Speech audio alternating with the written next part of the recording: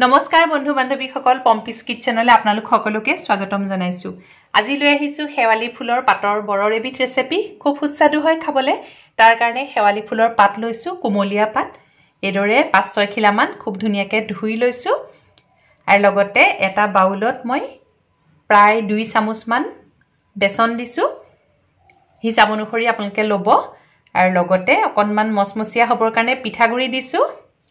প্ৰায় 1-2 চামুচ মান পিঠাগুৰি আৰু লগতে অকনমান হালধি গুৰি দিছো আৰু জলকীয়া গুৰি কালাৰটো ভাল লাগিব। হিচাপ অনুসৰি নিমখ আৰু অকনমান মই ইয়াতে ৰিফাইন তেল দি দিছো আৰু হিচাপ অনুসৰি পানী দি এটা ঘোল প্ৰস্তুত কৰি লম। আৰু খুব বেছি ডাঠু নকৰিব। এদৰে ঘোলটো প্ৰস্তুত কৰি ললো।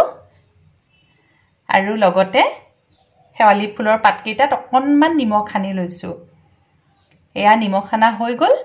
এদৰে এখন পেনত তেল দিছো, তেল গৰম হ'বলৈ দিলো আৰু যোনখিনি এদৰে মিশ্ৰণ প্ৰস্তুত কৰি লৈছিলো বেচন আৰু পিঠাগুৰি, তাতে মই এদৰে শেৱালি ফুলৰ পাতটো লেটিয়াই এখন এখনকে এদৰে গৰম তেলত দি গৈছো।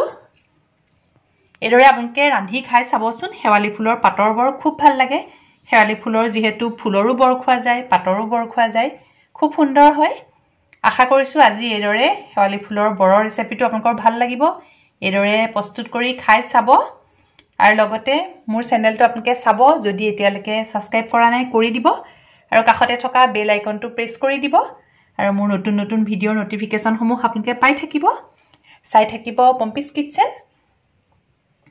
এতিয়া এয়া আমাৰ শেৱালি ফুলৰ পাতৰ বৰখিনি প্ৰস্তুত হৈ গল। এতিয়া মই পৰিবেশন কৰিছো। এইদৰে এখন প্লেটত খুব ধুনীয়াকৈ সজাই মই পৰিবেশন কৰিছো। আশা কৰো ৰেচিপিটো ভাল পাব। এইদৰে ৰান্ধি খাই চাব আৰু মই নতুন ৰেচিপি লৈ আহি থাকিম। আজিলৈ আহো। ধন্যবাদ।